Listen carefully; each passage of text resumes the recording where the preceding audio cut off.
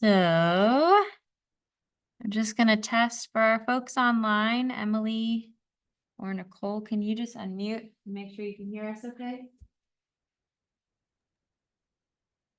Yep, all good from Zoom. Okay. Then. Can she see us or only what you? No video, just we're presenting on the screen. Yeah, it's a bit hard to see. If we had a camera, Yeah. we could, but seeing little tiny heads is probably not as visually appealing. Okay. Well, welcome. We're going to do a round of introductions very soon, but this is our agenda for this evening. My name is Emily Finnegan, and I'm part of the team helping the county put together the Drought Resilience Plan. And I am joined by some colleagues online that I will introduce momentarily. After we do some welcoming and opening remarks, I'm going to give a quick overview of what this Drought Resilience Plan is, what it isn't, who the task force is that's putting together this plan, and how it will support rural communities across the county. And then we'll dig into the details of kind of the first part of putting together this plan, which is evaluating the risks. And this effort is really focused on domestic well communities and state small water systems, which we will be defining a little bit later. And then we'll have some time for group discussion, input, and then talk through how to get involved, how to get your neighbors and friends involved. That I am gonna have Rob Foreman, our task force facilitator, introduce yourself. Sure. Yeah, I'm Rob Foreman, acting director of Public Works. One of my hats is flood control and water conservation district as well, so that kind of ties into droughts, sort of thing. So thank you for coming to get more information on this. Stantec is helping us, assisting us in putting together the drought task force and also the other drought resilience plan. So it's helping us out considerably to have their expertise in putting all this information together, sharing it with the public. So provided through a grant by Department of Water Resources. So it's a great thing as well for the county to be able to utilize that. So Great, perfect. back over to you. Yeah, we're gonna kind of introduce the rest of the folks here in the room. Rob, Annette, do you wanna connect? Hi. I'm with Environmental Health. So we facilitate new wells, well deepening processes. People with developments in springs, if they have that. Kind of more of the technical side of that in the permitting process, if there is any. We also work with septic systems and do all kinds of other things. So we partner with Public Works to keep it going and help when we can. Kind of a sister organization department to Public Works for this process. Happy to answer any questions, but. And there is one more county team member who can't be with us tonight, Lori Keeney. Do you wanna introduce Lori? Hi, welcome. Sorry, Firewise isn't 5 and. No, you're totally fine. Welcome.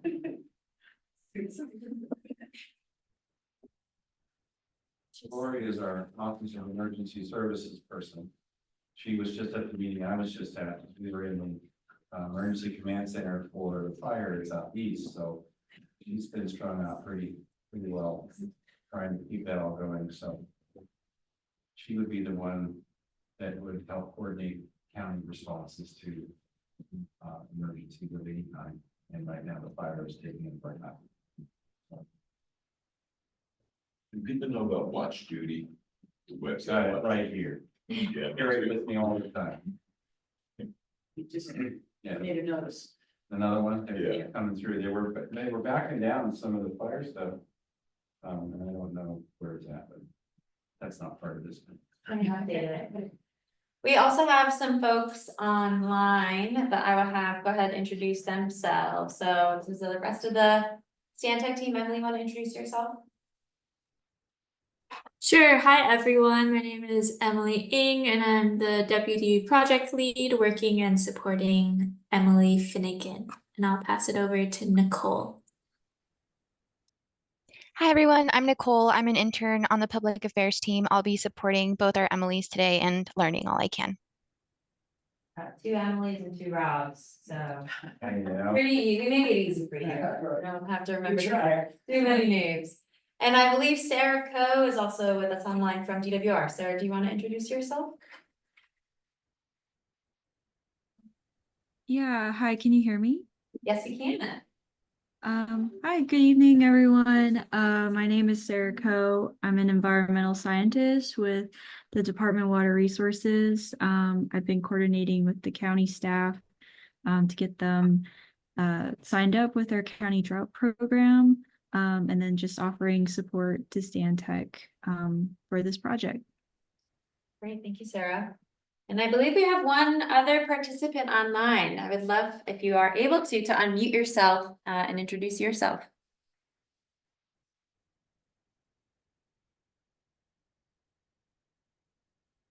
Michelle, can you hear us?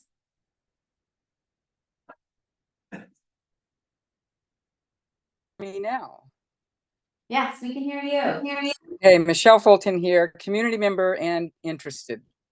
Okay, great. Glad to have you here, Michelle. And then we've got three folks here in the room. If you want to just quickly go around and introduce yourselves. Kevin Danaher, I own an 18-acre forest over by Ganson Park, and of course on 40 acres of national forest, so I'm very concerned about water issues and drought. I did a lot of work in Africa and I saw how bad drought can be, how deadly. So it's great that you guys are doing this. Nan Kaler, I live over in Genesee Woods on Genesee Road, in a community of about 18 homes. I've been experiencing some ups and downs with my well and was very curious as to what you folks are going for. And I also represent the Feather River Watershed Alliance. Glad to have you here. Hi, I'm Brenda Lanto, and I live on 15 acres on Mount Huff Road, and have a well that's 272 feet down, and hope it will continue to produce, but one never knows. So I'd like to know what's going on. Great. Excellent. Well, glad to have everyone here with us this evening. I know there are a lot of things happening in the county, so grateful that we can make time to be here with us. So, very quickly, and I already heard some of this from you all. Michelle, we'll ask you to raise your virtual hand, or you can just say yes. How many of you here in the room are reliant on domestic well? All right, everybody here in the room is reliant on domestic well. We've also got, looks like Michelle's hand up as well. Okay, what about, so I imagine if you're reliant on domestic well, you may not receive drinking water from small community systems. So we've got mostly folks relying on domestic wells here in the room. How many of you have experienced the impacts of drought or know neighbors or friends who have experienced impacts of drought? So? Are you including wildfires?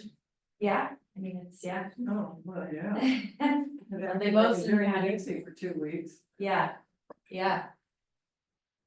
Next question was, how many of you have been impacted by wildfire? I'm sure that's almost everyone here in this county. How many of you concerned about your drinking water quality? Okay, we've got 2 hands up here. And I see Michelle's hand online. So as I'm sure many of you are aware, historical drought conditions both in the county and across California have only been getting more severe. This is from the US Drought Monitor. Over the last 24 years, you can see the various levels 0 through 4, 4 being the level 4 most severe drought, and level 0 being the least severe level. And we can see here pretty clearly that we're experiencing much more severe droughts for much more extended periods of time. How was that defined? Through, yeah, so the US Drought Monitor, and I can pull it up if we have time, there are various levels that are set 4 different drought conditions. I think a lot of it is based on precipitation. Most of it is based on precipitation. But there may be other inputs. I can get a full answer for you on that. So as a result of many years of historic drought, the state of California legislature passed Senate Bill SB 552 to essentially create more protections for communities that were most vulnerable to droughts. And this legislation assigned new responsibilities and requirements both at the state and the local levels to help small water systems and domestic wells respond to impacts from future droughts. And through that legislation, it was identified that the county is the best entity to provide leadership and planning support for specifically domestic wells and state small water systems. So there are 2 key compliance requirements of SB 552. The first is to establish what's called the Standing Drought Task Force. And those are the 3 county staff members that we introduced at the beginning. And that task force is responsible both for creating this drought resilience plan, but also that's the body that we convened in the case of future drought or water shortage emergency to help implement the plan and some of the response actions and long-term strategies. Just talking about state small water systems, how does that affect someone who is on a well? Yeah, so the 2 groups that are incorporated into the drought resilience plan are domestic wells and state small water systems. So this plan is looking at both. A state small water system has a definition in the code. It's between 5 and 14 service connections. Yeah, if you get to more than 14 or you're less than 5, you're not a state small. Yeah, and we'll get into those definitions. And you have them as a reference as well. So as I said, the key components of the drought task force are facilitating water shortage preparedness, overseeing the development of what's called the DRP or the drought resilience plan development, and then implementing the communications and engagement framework. That's a part of this process, basically outlines how the county plans to engage the community or any other interested parties that want to stay updated about the drought resilience plan. So as I said, this legislation is really focused on domestic wells and state small water systems. I'm sure we'll be coming back to that. And we recognize that the experience of domestic wells and state smalls varies depending on geography, depending on resources. But they are generally considered some of the most vulnerable communities to drought and water shortage, which was really the intent of this legislation. Yeah. Have any of those communities been identified in Plumas County? Yeah. We will get into that, kind of a map of well density and looking at where state smalls are. They're actually all under permit with the county.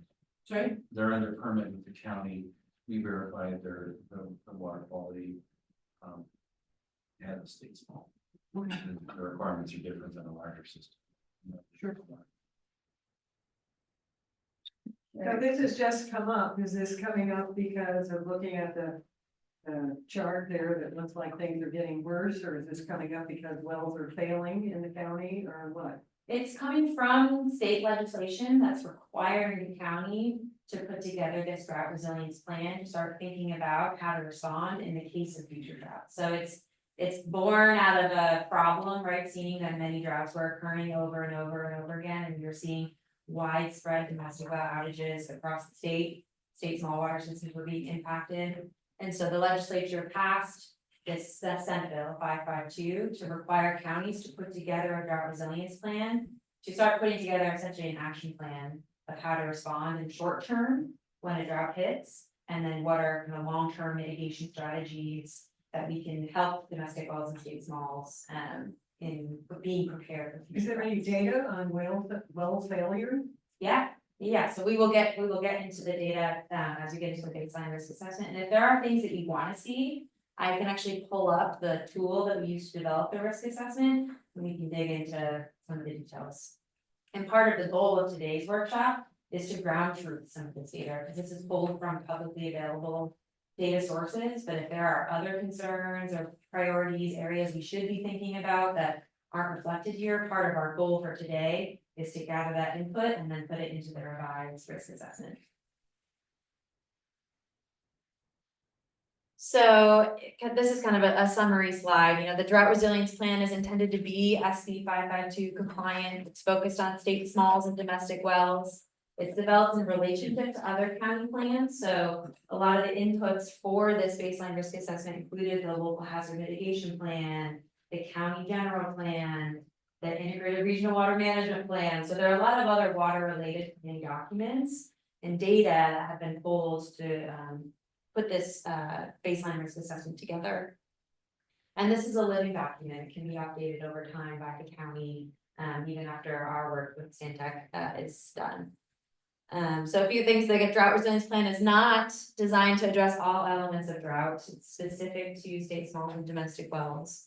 It's not the only opportunity, as I said, there's a local hazard mitigation plan, other county efforts that are supporting drought response.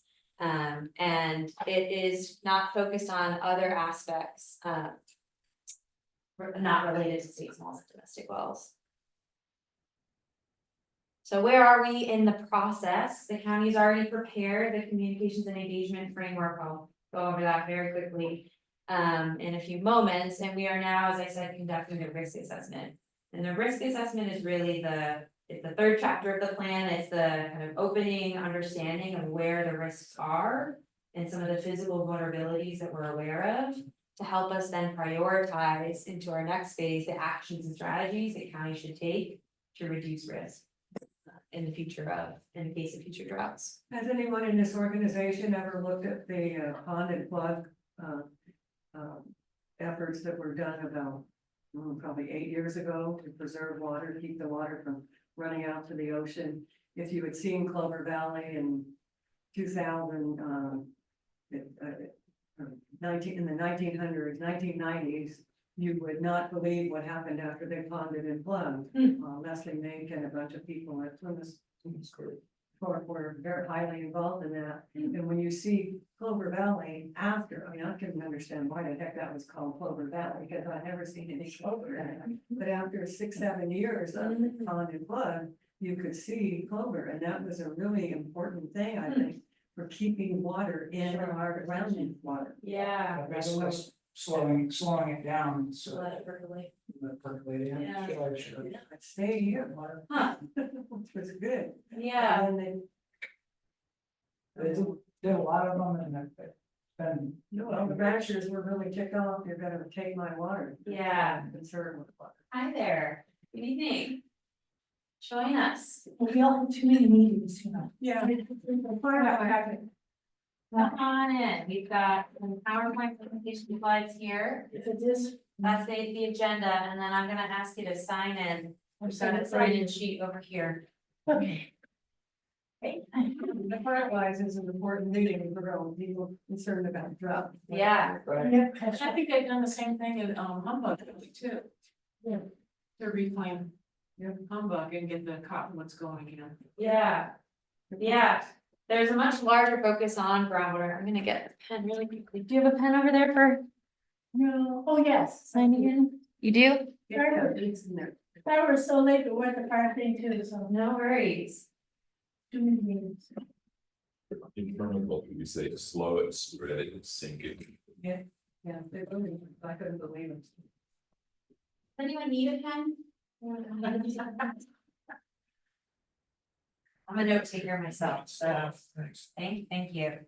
And our folks online, part of the Stantec team are also taking notes from tonight, so there'll be a meeting summary that we'll post on the county's website. So if your friends, neighbors, folks that wanted to be here, couldn't be here, that will post the PowerPoint slides and the meeting summary from the meeting. And we did a round of introductions at the start, so I don't want to put you two on the spot, but would love to have you at least share your names and where you're coming from tonight. Hugh and Joy Brown from Greenville. We were at the Quincy Fire meeting, so. We are fire survivors, our place did not burn. Oh, jeez, yeah. And are you relying on a domestic well, or what's bringing you here this evening? Yeah, Yeah, we have a couple wells on the property. okay, great, excellent. As most folks in the room here are domestic well owners or users. So it's back to your point about pond and plug, and as we're kind of thinking about long-term strategies, that'll be part of the future phases of this work. After the risk assessment, we'll be starting to talk about, okay, what do we do with these risks? How can we mitigate them in the long term? What are some short-term things we could do in response to future droughts? So just very quickly, we want to be accountable to the broader county and the broader community of interested parties. And part of this work requires the county to put together what's called the Communications and Engagement Framework. It has two key functions. One, it defines roles and responsibilities of the task force. And two, it defines the methods and the schedule that the task force and the county will be engaging the broader public in the development of the drought resilience plan. So the task force itself is an advisory body. They don't have decision-making authority. The Board of Supervisors is the decision-making authority for the county. And it is anticipated that the Board of Supervisors will ultimately adopt this drought resilience plan. That'll be at the end of this process. The key communities of interest, as I shared, are state smalls and domestic wells, community-based organizations, or other local agencies, tribal groups, those that may be relying on domestic wells or state small water systems. And then all communities that are likely to experience physical or social vulnerabilities. And we'll get into a conversation about what we mean when we say social vulnerabilities. But that may include low-income households, elderly populations who don't have access to a car, mobile home parks, etc. Those with language access needs. That's kind of how we're defining, making sure that we get the right folks in the room. The county has a website, so if you haven't already seen it, there's a nice fancy photo of it. There's a specific landing page for this effort. And there's a link on the agenda, which is in the front if you didn't grab an agenda. You can follow that link. There's also a fancy QR code if you're a QR code kind of person, to get you right there to the county link. On that webpage, there is a sign up form where you'll receive notices about future meetings like this. So if you want to sign up, that's the best way to do it. We'll be sending out public meeting notices, and all the other ways that you've seen about tonight's meeting. We'll post it, social media, and through the local newspapers. During this process, we have these 4 public meetings, so this is the first of 4. The task force may also provide briefings to the Board of Supervisors. We are likely going to be distributing some surveys as we start to get into some of the response actions, and then collaboration with other agencies or organizations. So we'll get a little bit into that later on. Who else should be in this room? Who else should we be talking to? I know that may seem a little tiny, but we have our first public meeting, as I said, right now. There are 3 more scoped. One for this fall, one in the winter, and then one, we have February up there, but I know sometimes it's difficult to get up here in February. So we may adjust that calendar depending on weather. Any questions before we get into the next component? I'm shy group, so you're good at asking questions throughout. So what link is that? That's a good question. Emily, is that? I don't know. Sierra Buttes, isn't it? Someplace in Sierra Buttes? It's Lakes Basin somewhere. Yeah, that's like basic. Yes. But I don't know which lake it is. Lakes Basin, Lakes Basin? Go there. all that granite, yeah. We should have it in our notes, so I'll get back to you. We'll put that in the public record. We need to document. Yeah. That's a good question. I don't know, Emily, I don't want to put you on the spot. Do you know offhand? Sorry, could you repeat the question for me one more time? The question is, what lake is that? I don't know off the top of my head, actually. I think I got it from one of the county sites. Okay, we have some homework to do then. Follow up. Maybe that'll be our quiz at the start of the next public meeting. Yeah. Okay, so now getting into the good stuff, evaluating water shortage risks through the baseline risk assessment. These are, we'll get into it now. So this next section is pulled from, as I was sharing before, you folks joined. This is all pulled from publicly available data. from the Department of Water Resources, from the State Water Resources Control Board, CAL FIRE, several other agencies. And part of our work today together is to ground truth some of this. And help us to start to kind of group together where there are areas with shared vulnerabilities. So starting with that background, these are two ways to represent domestic well density. The one on the left is looking at kind of hole density, so you can see the darker shades of purple, and this is also copied in your slides if you want to look a little more closely. There's numbers there. It says the number of domestic wells in the county is 6,240. Is that what that means? Because over on the other side, it says 182, mine is. Yeah, so 182 the areas are in the blue, the Mhm. dark blue. So the one on the left is the relative density. And the one on the right is the total count. You will notice there is a difference in the total count between the one on the left and the one on the right. The one on the right is based on well completion reports. It's a what? It's based on well completion reports.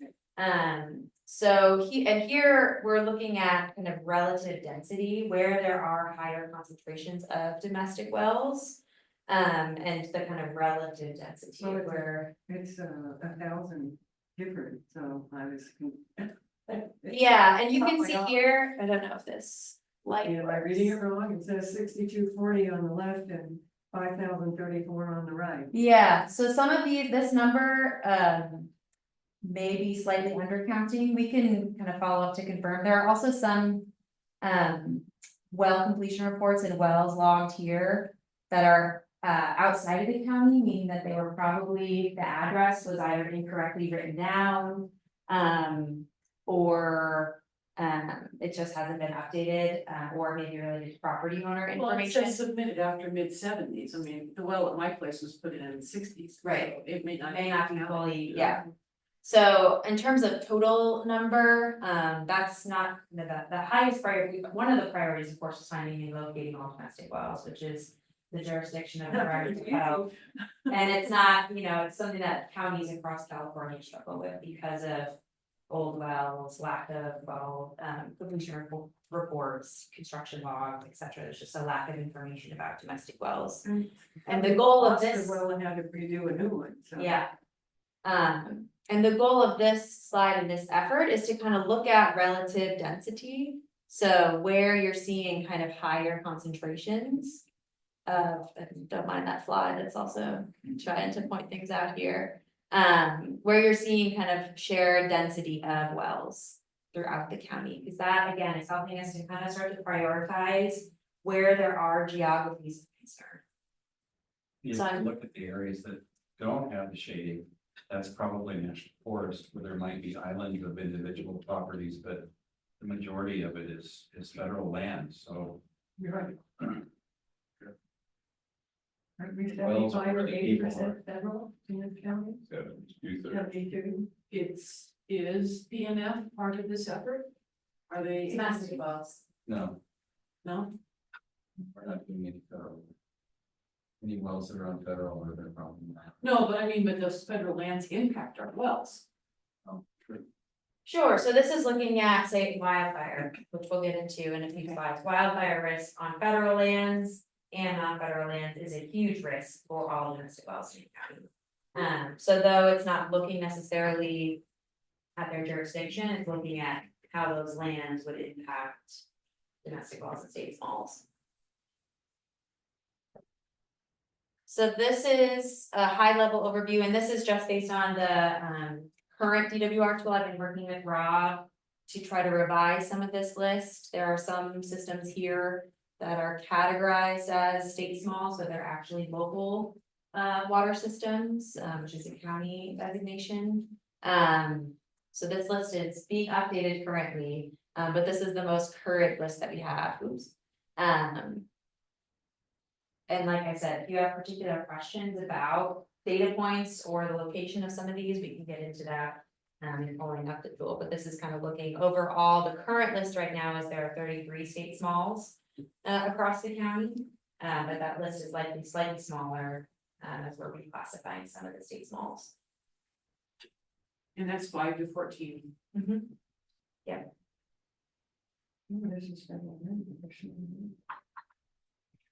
So using kind of the location of domestic wells and state smalls, we then look at some of the physical vulnerabilities or evaluating risk. That includes the environmental and physical, any other hazards, as well as the social vulnerabilities. So the way I like to think of this is the environmental and physical vulnerabilities help us identify who and what. And the social vulnerabilities will ultimately help us identify how those communities should be engaged or what may be some of the challenges that those communities experience related to drought response. So we're going to walk through some of these data points now. On the physical vulnerabilities, these 4 items here are listed as the top physical vulnerabilities for this county, and we'll walk through what. On the last slide, I assume it says that can make a well susceptible to damage. There's no well. Editing, Make them, make a well susceptible to damage, the first bullet. yeah. The word's missing. Community. English teachers can't help it, sorry. That make them susceptible, An editor, I apologize. that can make, oh, I see. I'm with you on the first bullet, I was on the last one. All right, noted. My brother's just a jerk, but I'm used to those editorial comments, it's good, keep it sharp. So onto the physical vulnerabilities, these are the top 4 physical vulnerabilities identified for this county, and we'll walk through them momentarily. And then on the social vulnerabilities, the DWR tool that this work is based off of uses a composite score, so it looks at several different factors that ranks relative social vulnerabilities. And some of the inputs there are poverty level, per capita income, elderly population, etc. So we'll walk through some of those. Fractured rock areas, are we Yeah. talking about mining? No, so that's the actual aquifer itself, which is one of the first things. So we'll get into that momentarily. Yeah. So as we're going through this data, some of the key questions, and we'll turn to these questions at the end, are what are areas within the county, domestic well and state smalls, that are most susceptible to water shortages? And that's really looking at their physical vulnerability. And then the second question, where are residents most vulnerable to impacts of water shortages? And that's really looking at some of the specific components that may limit their ability to respond. And so we'll get into how we combine those things as we get into the group discussion. So the first one here is wildfire hazard potential. On the left, we have a CAL FIRE map that's looking at hazard zones.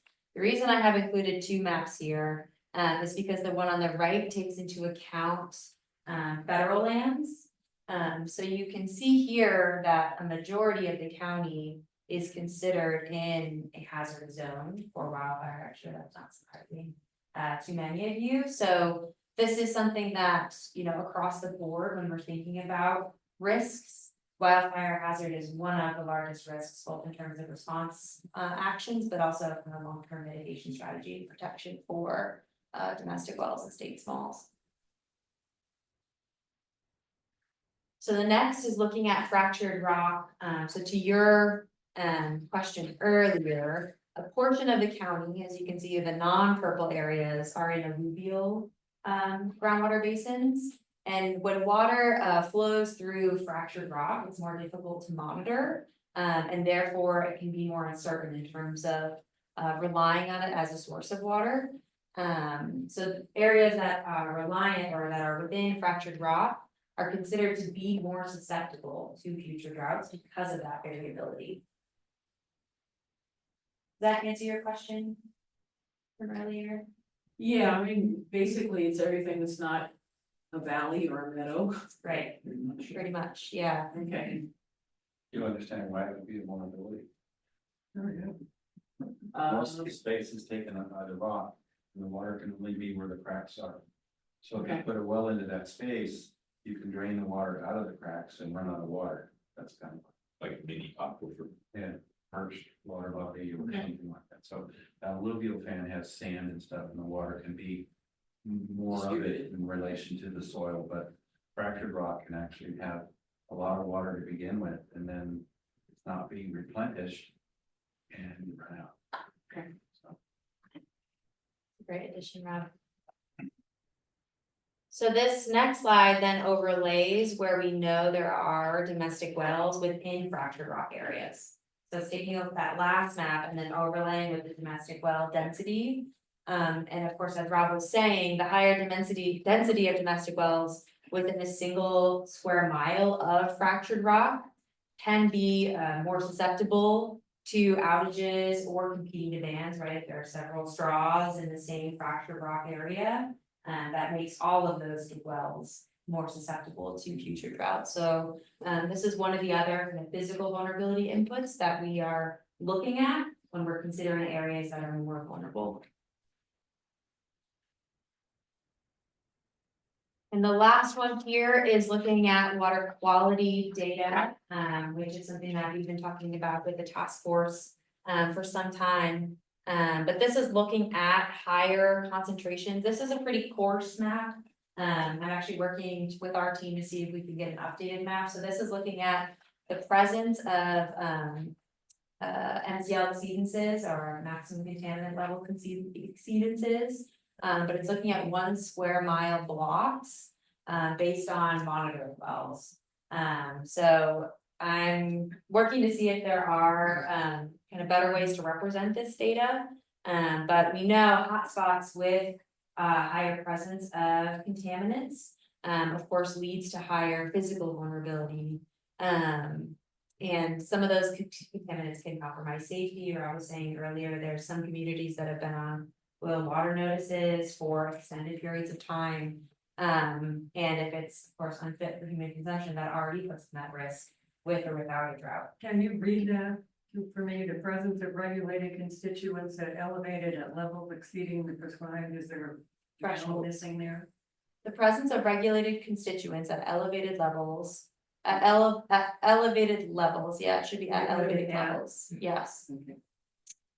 Keeping us on our toes Can here, you thank you. name some of those that are, what is being measured? Do you wanna kind of talk through some of I the? was curious, is this contaminants of concern? bacteriological or is this wet chemistries? It's looking, and I can prompt Sarah, feel free to jump in from DWR if there's more to add. So this is looking at, Regulated constituents. a So what are suite those? regulated constituents, and I can pull up the state board map. So it's looking at, I don't know how many, it's, I'd say 20+ Oh, are constituents. you talking about iron and other things in the Well, water? that's the wet chemistry part. But then the bacteriological part would be a whole different suite of things. So is this a combination of those two? It's listed contaminants that have a maximum contaminant level set, that if that level is exceeded, there's a known harm to human health. So do you have any idea what the dates on those measurements are? It depends on the system. I know the county keeps The track state, of. the state tracks. Okay, even We for look state at it. smalls? Yeah, Frequency? all of our Okay. data goes to the state, Okay, and you can pull it off, because it's just way too hard to track it. okay. What is this, the health department, when we drill the well, the health department takes samples of your water to tell you whether it's good, bad, or indifferent? No, the health department issues the permit to drill the well, Right, then you're responsible for anything else. If the well was drilled for a municipal water system like Quincy American Valley CSD or a state small system, then we would ask them to do chemistries and bacteriological well, testing, but they made us do chemistry on our well when we drilled it, and we thought, we don't do that anymore. you don't do that. You can have all the tests you want, and we can give you some guidance on what you might want to look for. But the county doesn't do that, nor do we require it. Is there a routine time frame when the state is looking at domestic wells? I'm not sure I understand the question. Well, how old is this data? When was this data taken? Some of it goes back into the 60s. Yeah, that's what I mean, how old is I don't know how big a data set there's. No, I know, I don't know. I'm not asking that, I'm just kind of trying to get an idea about when were these measurements made? Yeah, Outside of The the, data is getting better as we get newer. The older data, I don't know. right, but I know for sure my well hasn't been tested since we put it in the 60s. yeah, So that's why I'm wondering, and this in the is, CSD, I know that they would be regulated more Right. closely, but. So this is pulled from the 2024 State Board Safer, Safe and Affordable Funding for Equity and Resilience Risk Assessment. So this is from 2024. I don't know how far back their sampling data pulls from for this, but I can find that out for you. And I can't read the legends of the colors. Can you tell me? You can't even read it on the piece of paper with my glasses. okay, the red is high concentration Of what? Just. of any MCL that's here. Okay. And then the yellow is medium, the blue is low, and the gray is unknown. And then the saturation of the color is looking at density of domestic wells. And whose wells was this, data pulled from? These are monitoring wells run by a team? So it would be a combination, and I don't, Sarah, if you are They're not monitoring. here They're from production DWR. Based on information the state has when the well was installed, driller produces a well completion report or a well log, and that's submitted to the state.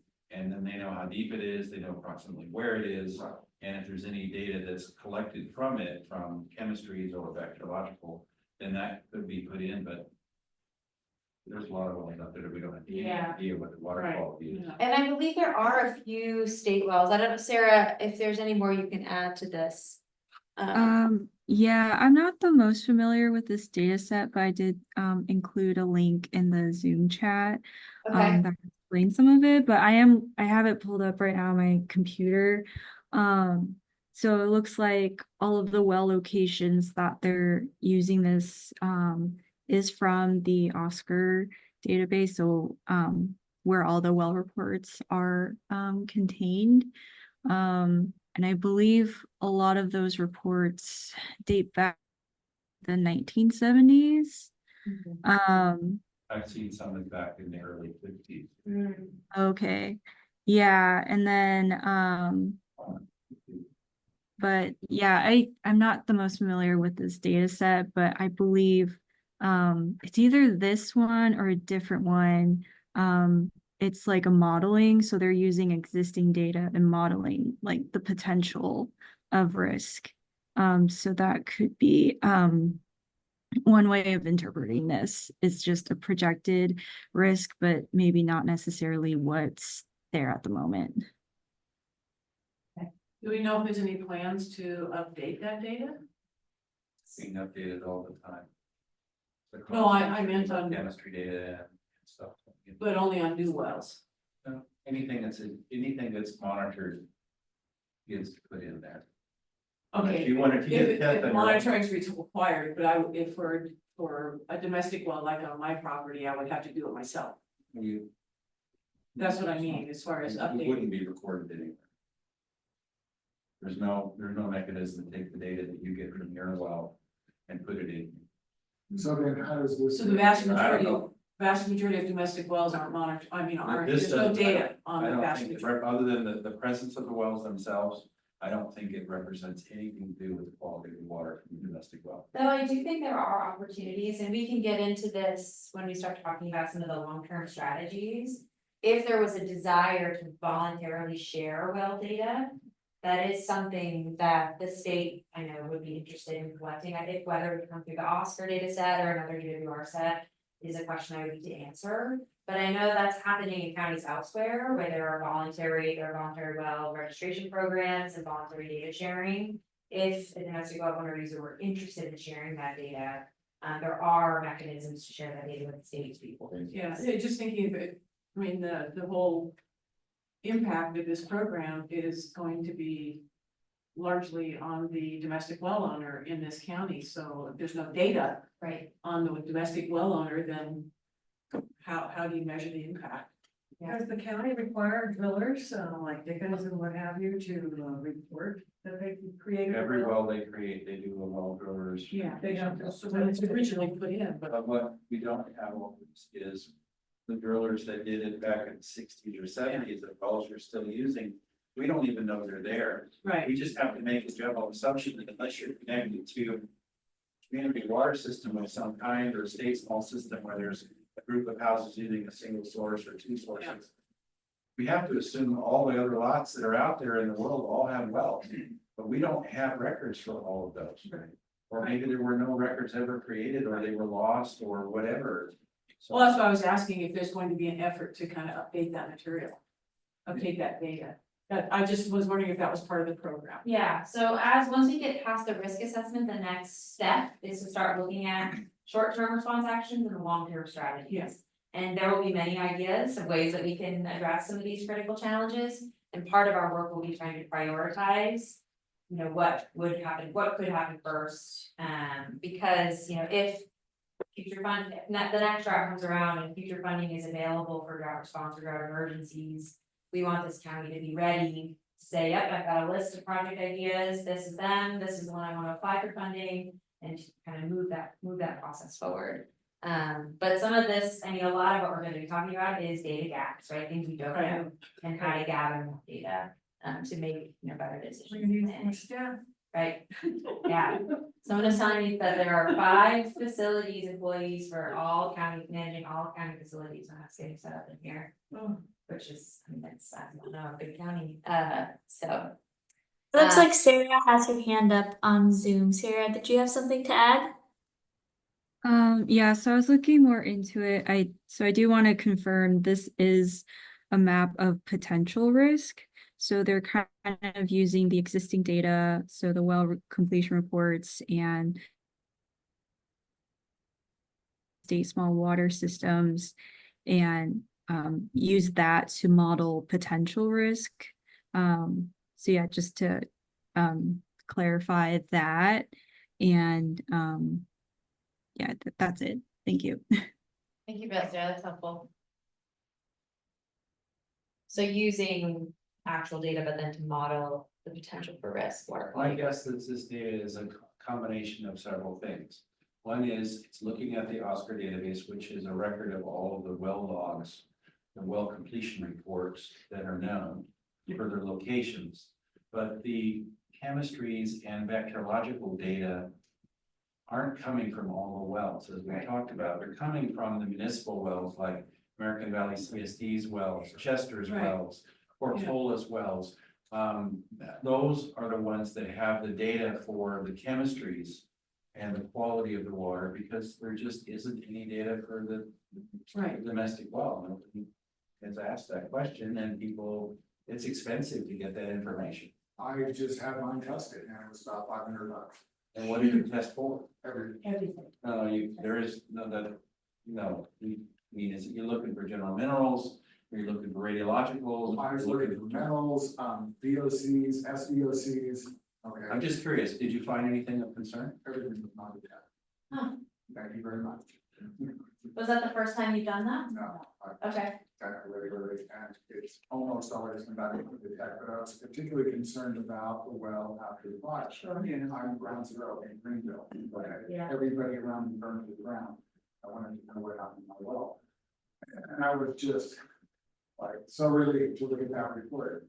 No iron either, manganese? Nothing, there was. Wow, you should start bottling your water. interesting, that's good to know, Those Yeah. wells are few and far between. I yeah, know, and my background is groundwater remediation, so Mm. I picked the right piece of property. sure, yeah. How often are you sampling, out of curiosity? Every couple of years. Okay. Interesting. Yeah, thank you for sharing that. So yeah, I think there's more we can get into on the water quality data, and I appreciate that, Sarah, the clarification around where the data is coming from. And again, this is aggregate, like looking across the county. And part of, you know, our next steps will be starting to group together where there are areas of shared vulnerabilities.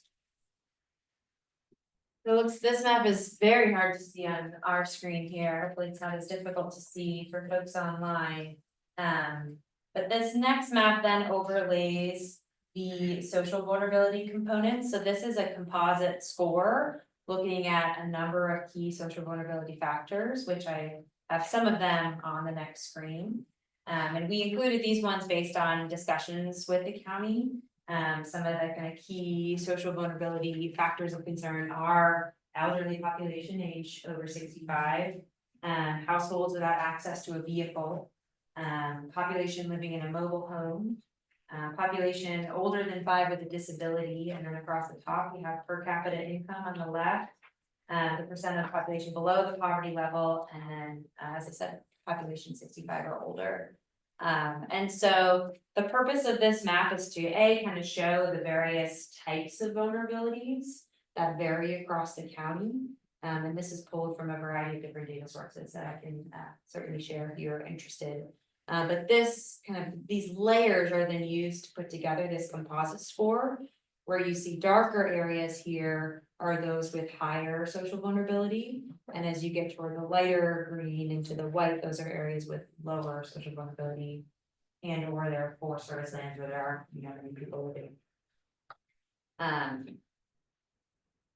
Okay.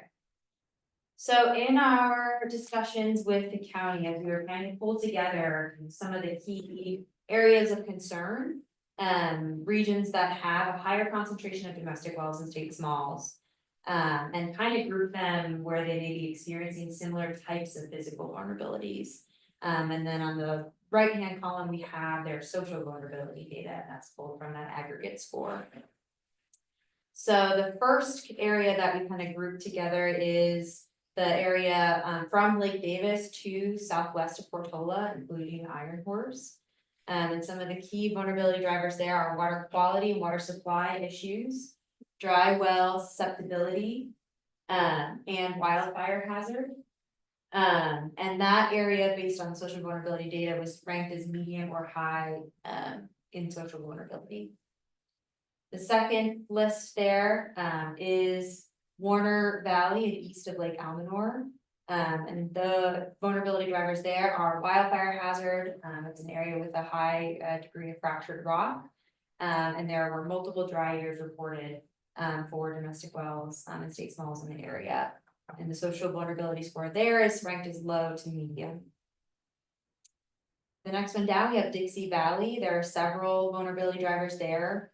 Water supply, lacking access to surface water supply, a high wildfire risk, dry well susceptibility and fractured rock areas. And there are areas in those communities lacking other key infrastructure such as power and electricity. I would add that that is a seasonal population area. There are that I know of, not a single house where somebody lives there all year long. Okay. It's completely inaccessible in the winter time. That's Dixie Valley.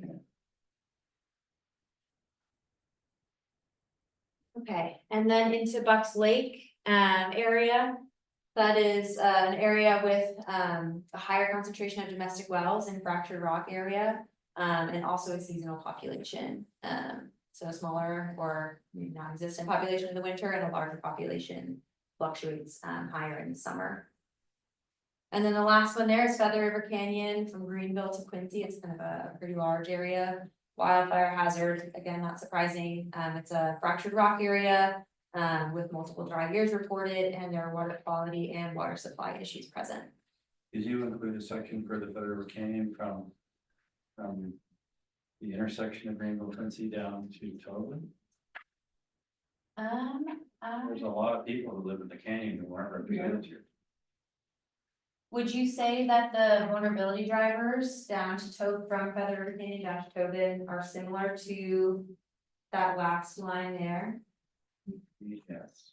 It's Would kind of they be showing, grouped together? it's kind of showing along. But maybe the legend doesn't quite read it right. So it's definitely, you're picking up the canyon area there. We can make that amendment though to the regional description. Definitely. Okay, so we'll revisit this in a few moments. But before we do, are there any questions? In addition to those you've already been asking, all good questions. It might be. Emily, Yep. oh, sorry, I'd like to take this moment to welcome a member from online that we have that joined us mid-presentation, Suzanne, and wanted to give them a chance if they wanted to quickly introduce themselves as well. Thank you, Emily. Suzanne, are you able to introduce yourself? Share where you're coming from today? I'm in Kronberg Sloat. Okay, Great. Well, thank you for joining us. Yeah, About 7 people here in the room with us and then a few more folks online. So appreciate you joining okay, us. great. This Thank you. is being recorded also, which the recording will also be posted on the county website. So Suzanne, if you want to go back in time and hear what we've been covering over the last hour or so, that recording will be available. Okay, thank you very much. Thank you. Thank you for being here. Okay, so into the last section here. So this is overlaying all of those layers, the wildfire risk, the Sorry, Emily, we have one more question online. Oh, If go we could right go ahead. back. Yeah, so Michelle entered into the chat. Where would Meadow Valley fit into this assessment? Here. Yeah, that wasn't, sorry, what did you say? It would fit into Bucks Lake, wouldn't it? Probably have to. True, yeah. Would you say? What was that? Or that Greenville and Quincy.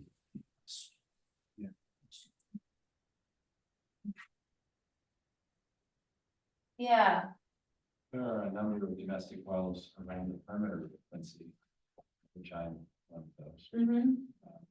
Just outside of the services district and can't get service. So, Yeah. Chandler Road. There's quite a few that are in the outer areas. That would be. yeah, and these regions are, of course, right, they're kind of broader geographic areas, but to the question online from Michelle, I think you are right that Meadow Valley would come in under that, and we can amend this to expand that grouping to Bucks Lake. Because I imagine that the vulnerability drivers are quite similar in terms of drywall susceptibility, fractured rock area, and having a Actually, seasonal. Meadow Valley is pretty abundant with water. Okay. have So you wouldn't problems consider them with higher risk? disposal because the groundwater is so high. I wouldn't think Meadow Valley would be a place where you would expect to see many dry wells.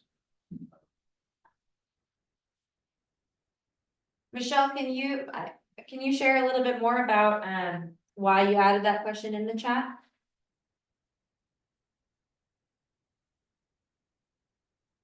If you're able to.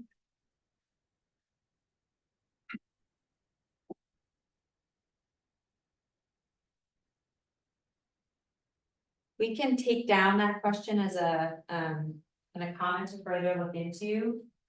We pulled together these regional groups based on areas that were most vulnerable and based on discussions with county staff.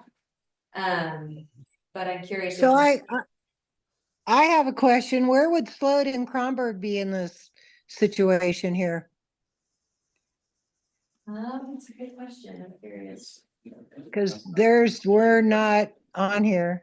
It seems to be pretty much a lot of alluvial areas, and there hasn't been a lot of water, or the recharge rate is really high. You know anybody in your neighborhood that's had a fire well? No, I haven't heard of it. It's been a combination fractured rock. Yeah, so there seems to be enough recharge that it's not a problem. Yeah. So Michelle, I don't know if you're hearing the full discussion here, but it sounds like from the county staff side, the evaluation was that there isn't a high degree of vulnerable domestic wells in the Kronberg area, which is why it's not listed here. Okay. It's less vulnerable. Are you aware of folks in that area that are experiencing dry wells? In Are Meadow you Valley, talking yeah. to Michelle or to Susie? Yeah, Susie's in Kronberg, Michelle's in Meadow Valley. Yeah. We do have some dried up wells in Meadow Valley. Seasonally, they dry up. So there are a Probably couple very vulnerable shallow, wells too. that I'm aware of.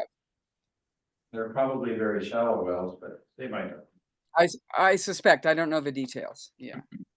Okay. I'm just curious. I think that community is worth looking at in terms of water accessibility and vulnerability.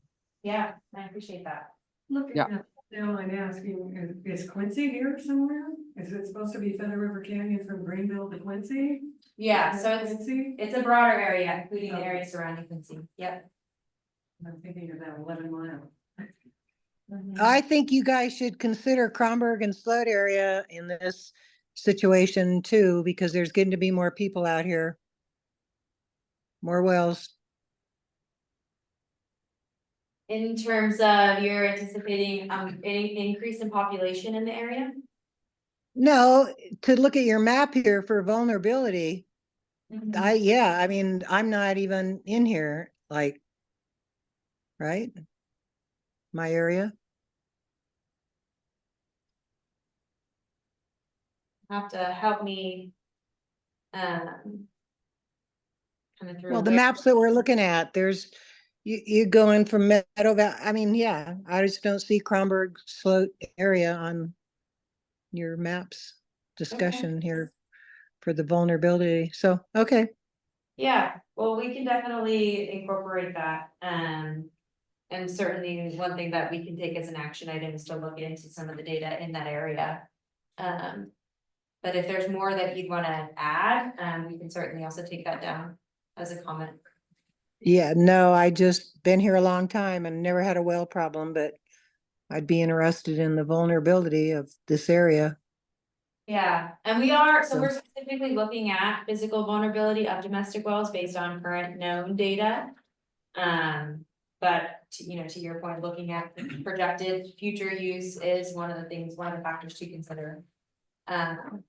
So yeah, if we can take that down as a comment. Okay, thank that's you. a separate area.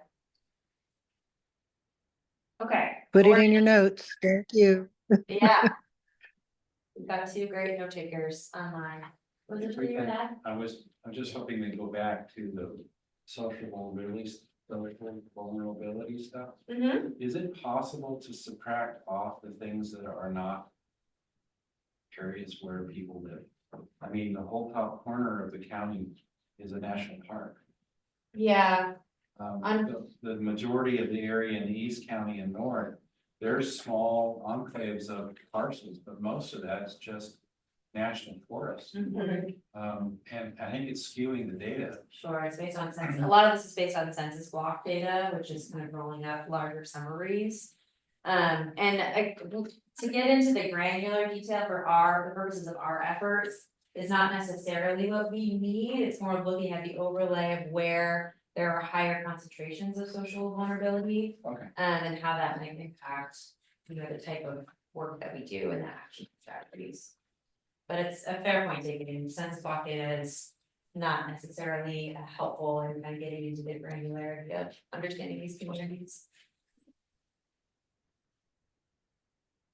Okay. So we've already gotten into this a little bit as we were looking at the summary results. And here we have kind of two different ways of conveying this data. The one on the left is looking at where there are darker areas. This is a higher concentration of domestic wells and state smalls who are experiencing physical vulnerability. And the right is just kind of another way of representing that data. But I thought the one on the right may be a little easier to understand in terms of where there are higher concentrations of physical vulnerability. So in addition to the geographies you mentioned, we already started adding to that list on the first question. I'm curious on the second question, are there areas and communities we haven't talked about yet that you are more concerned about being impacted by future droughts or water shortages? I think the gals online just answered that question. Yeah. Anything to add to that from folks in the room? I think the people who live in the Feather River Canyon are specifically vulnerable, considering the lack of success we've had in the past, actually trying to find new water sources.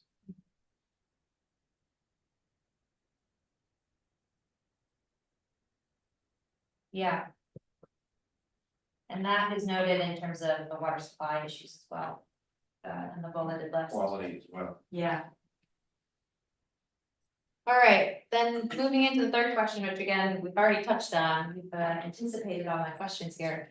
Are there certain physical conditions that worry you and your neighbors most in terms of the ones that we reviewed? Wildfire risk, water quality, areas of fractured rock, All the above. all the above. I would have to say wildfire risk takes the cake in Meadow Valley. In terms of concerns. And the same in Kronberg Sloat. I agree with her. Yep.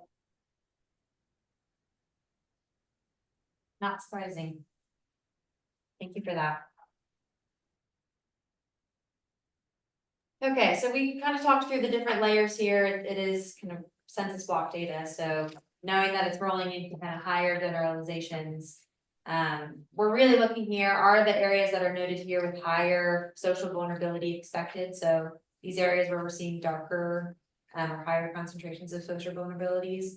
And to the second question, are there any communities with higher social vulnerability that may not be indicated, or ones that we should really be thinking about based on some of the factors that are highlighted here? One of the questions I had after looking at the vulnerability, it seems like fractured rock is a great big one as well. How do you know if you're in fractured rock?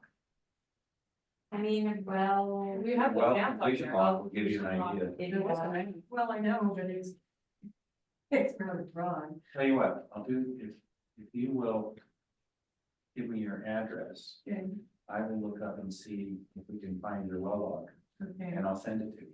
Okay, Or at the end of the meeting, I'll give you my contact. that would be good. You have to be for We're the anything. only well in our area that doesn't have iron. So I'm hoping maybe we don't have. It's probably fractured rock then, because we can have, I mean, it varies, you know, from house to house. Yeah. Yeah. I have two neighbors, all three of us are on wells. Both of my neighbors have wells that are so iron they have to treat for it. And the faucets that don't have it, the faucets get fuzzy on the outside with iron. Mine is 200 feet from theirs, 200 feet from theirs, a little bit farther into the pasture part. And I don't have any iron. Yeah. There's a distinct depth difference? It could be a difference, I've never compared that, but it's always amazed me, it really does. And my water's very hard and theirs is not. You have a lot of sulfur? I do have a sulfur smell a little bit, it seems to come and go. The drillers told us that we were 272 feet down and in gravel. That's deep.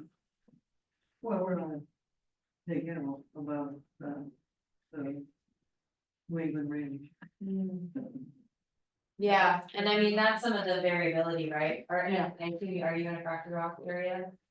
I didn't look, Roughly? I know that. I mean, some will be on the rock underneath. Okay. But great to make that connection. It sounds like you'd be available if others had questions. Your well logs are all available public record.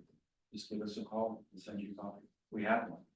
And if you have one that we don't, we want you to send us copies. And it sounds like, you know, volunteering data might be one of the actions that we think about when we get into some of the long-term strategies. I apologize, but I have to leave because I can only leave my German shepherds so long. Oh. And the meetings are going on now, so. No worries. But I will give you my address and go, and You can- look at this and. Just reach out to me. Okay, well, great. There we go. Thank you so much for joining us. Thank you. Thank you for Appreciate it. doing this. This is really important, I think, and after being at the wildfire thing. Yeah, We're all nervous. yeah. Take care, thank you. Thank you so much. Have a good evening. All right, and we have a hand on Zoom from Suzanne. Yes, go ahead, Suzanne.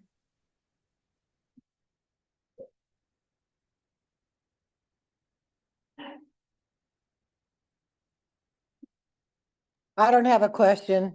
Susie doesn't have a question. Sorry. No worries. Had lots of good questions, so appreciate it. Thank you. All right, when we've talked to these slides already, so I think the only one we didn't fully touch on was social vulnerability. If there are particular social vulnerability factors that you are more concerned about, or ones that aren't potentially named here that should be considered in the development of this plan. The Fire Safety Council has a group of folks that either because of age or disability require help in terms of reducing wildfire risk on their property. So that would be a good list to tap into.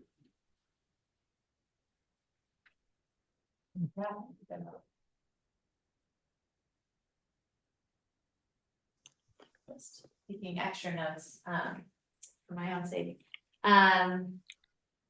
Yeah, anything else that we should be considering, things that haven't already been shared? This is Michelle. I have been noticing sort of a seasonal homeless population increase in the Quincy area. And so, I mean, that's a vulnerable population, you know, and so I think that's worth looking at. I think that, and I don't know if anyone's looking at these numbers, but I have just seen anecdotally an increase and seasonally, especially since we don't have housing for students during some parts of the year and people living in cars, and that's a pretty vulnerable population. Yeah. Living in the woods. A lot of folks live in the woods seasonally here, out of their cars. Yeah. I appreciate that comment. Yeah, Kronberg flood has a lot of people in the woods out here.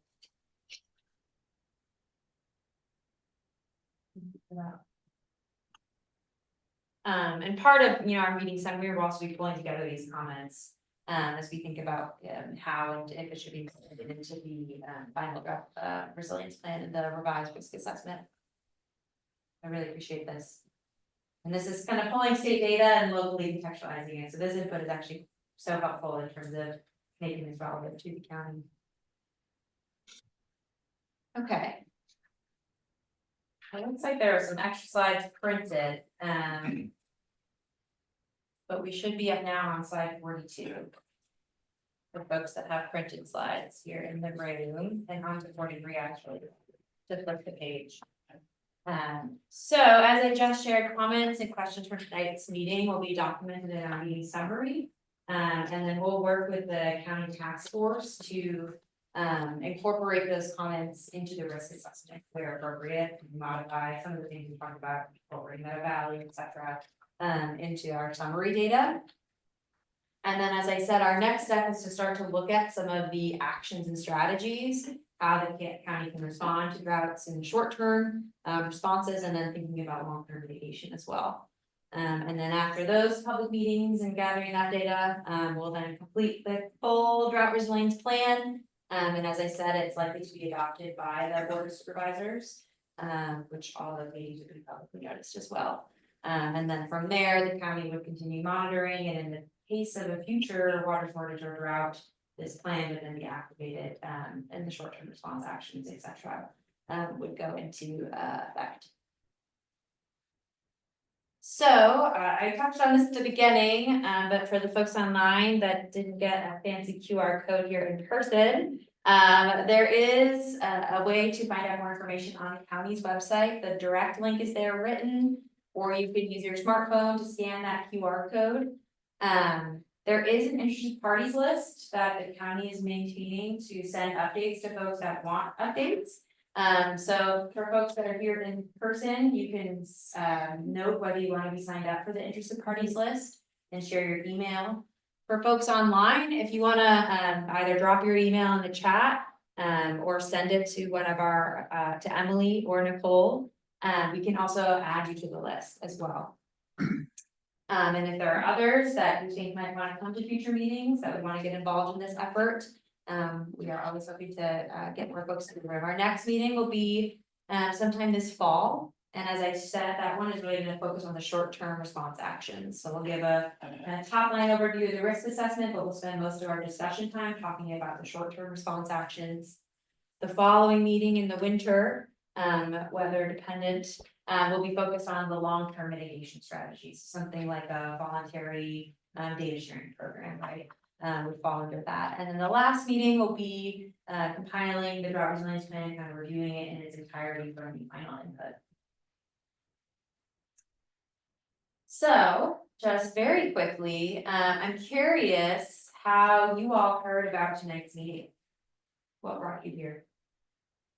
Emails. By emails, okay? Everyone from the email, what about the folks online? How did you hear about tonight's meeting?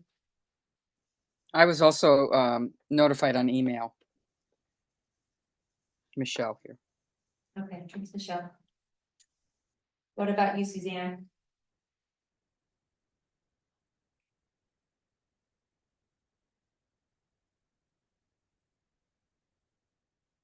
Stepped away. Are there other ways that we could be bringing more folks into the room, apart from the ones that I shared, the website? Yeah. Presentation of the Dixie Fire Collaborative. Love it. They're meeting every other month now. The next meeting is in August. Yeah. The third Saturday, usually from 11 to 1. Okay. And is it typically the third Saturday? Yes. Okay. Every other month. So the next one after August would be October. Yes. I think it would be good to get all three sectors, government, nonprofits like Plumas Corps, churches, I don't know, and companies like the drilling company or companies. To get all three of those sectors at least collaborating to some extent. The driller will take your money and drill your hole. So, if they're just gonna wait for the job to come in, they don't have time to go to meetings, but the rest of it. Yeah. And And about schools and stuff, young people don't come to this stuff. Like FRC. Yeah, Yeah, FRC's got all sorts of environmental programs. yeah, but even But they're not gonna be the owners of individual wells. But you could get the students to do grunt work research for you. Yes. That's why paying her. yes, I mean, one of the long-term actions though could be setting up some type of student program, right, to yeah. do direct outreach to domestic well owners, right? So it could be something that is worth them being aware of and then thinking about how the school could be part of an implementation strategy. I substituted the high school and we've this past year revived the career technical education program. And so the metal shop and the wood shop, those are, coming back to life. Nice. So there are some kids that are sharp enough that Yeah. they could participate in some way, He's because gonna have a well driller school too. we'd like to have them stay here. Yeah. Right, like they usually. Our water operators, I mean, that's our, Yeah. many of the kinds I work with, finding a local qualified operator. So, same way in this county. Yeah. I demand. Yeah, Another player might be Sierra Institute, where Taylor's, Yeah. because they've got a lot of clients they go through AmeriCorps. I myself did AmeriCorps, in Stanislaus National Forest, but. They love her. Mule Deer Foundation funds some stuff in the county around fire safety. So they might be interested in participating. Okay.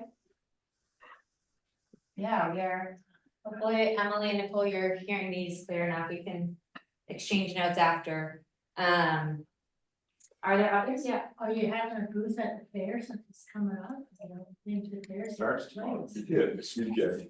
Well, I know, but I mean, I would think you would put something up. We got, Public Works has a booth out at the fair, we get information there, we've been someone there for solid waste programs and also, grants. But yeah. Yeah, yeah, I mean, we can help you draft up like a quick half-page flyer, just go to the website, you have more, So you get the full spectrum there. yeah, that's a great suggestion. How long is the duration of the fair? It starts Thursday and goes through Sunday. Today's Wednesday. We could maybe It's adapt, till noon tomorrow. yeah, we can chat about that, after the fact, but, can try to get you something quick, I mean, we have the meeting notice. Yeah, wouldn't be complicated. Sure. Yeah, great suggestions, any other ideas, groups to engage? Michelle entered something in the chat. Michelle, would you like to speak a little bit more to what you typed out? Yeah, I think it is worth reaching out to local tradespeople who work on wells, because they can, I would put a student intern on this one, just, cold calling because they can tell you areas of concern within their work world of noting like the changing of depths of wells and wells that have been failing. You can get a lot of information from them. I know out here in Meadow Valley, we have a guy who's a wealth of information about how wells are doing in the county. Jeremy. And so I think they're worth, yeah, they're worth looking at Yeah, for appreciate it. data. Yeah, definitely, especially if we get into. Yeah, some of the- Jeremy Diocampo would be one I would put on your list. Yep, I agree with that. Yeah. Yep. Anyone who'd be willing to share his contact? I can do it. Okay, yeah, okay. Just send me an email. Yeah. Sounds like someone who should be coming to these. He's actually a well maintenance person. He's not a driller. Okay, He was a driller's assistant with Dickens, okay. which is the local Betsy on. No, Jeremy's a well driller. No, he's a No, well repair it is- person. He does maintenance. He does maintenance, but he knows what's going on with wells in the county because of that. Yeah, Yeah. sorry. You know, one person shop or does he work out? Okay, One person shop. One Yeah. person show, yep. great suggestion. Okay, well. I'll be sticking around for a little bit. Rob is here. If you have any questions, Rob is Rob Gorman, is the facilitator of the Drought Task Force. And if you have any point of contact with any other questions, but otherwise, thank you all for joining us this evening. Could you give a quick, introduction to Stantec? Who are they? Yeah, so Stantec is an environmental engineering firm. I am based in Sacramento, but there are offices across the world. And Stantec has been working with the California Department of Water Resources on implementation of a number of water policy and programs. One of which is SB 552 implementation. So the Department of Water Resources offers free technical assistance to all counties in California. The county requests help with developing a drought resilience plan. BWR reviews that request. If it's an approved request, then it comes to Stantec. And we work with the county to develop a plan for developing their drought resilience plan. So we have teams across, we have now 39 counties, that we're all working on drought resilience plans across the state. So my team, I'm in our public affairs group. But I come with a team of environmental engineers, finance professionals, and we work in a broad variety of water planning, water management, maintenance, design. It's a pretty expansive group. You have any plans that are completed out there yet? So there are some drought resilience plans that have already been completed without technical assistance. They were ahead of the curve and just went out and did it. El Dorado County is a good one to look at. Santa Cruz County. Sarah, I'm curious if you probably know off the top of your head, other counties that have already completed their drought resilience plan? I'm aware that El Dorado had finished theirs. But Santa Cruz is one that's finished.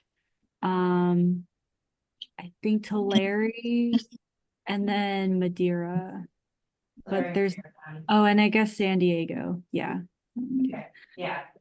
So there are a few, and I know, for example, El Dorado, their county chose to look at different scales of water systems, so their drought resilience plan is SB 552 compliant, but they also looked at larger systems outside of state small, they looked at drought risk across the board, in their drought resilience plan. It was incorporated into other county efforts that they had going on. Yeah, good question. Because with that definition that what's the word, doesn't include, most of the community service districts. Yeah, community water systems, so if it's above 14 service connections, They're not included in that that wouldn't one. be part of this. They're managed in a different way. The Yeah. state works with, those are considered public water systems. And they're managed and overseen. So they have their own drought resilient plans? They're supposed to. Yeah, there are different requirements, it's a good point, there are different SB 552 requirements for larger systems. Okay. And that has to do with regular reporting that they have to do.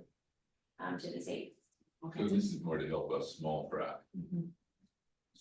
Okay. And that's systems or water users that are within the county's jurisdiction, which is primarily or only domestic wells and state stormwater systems.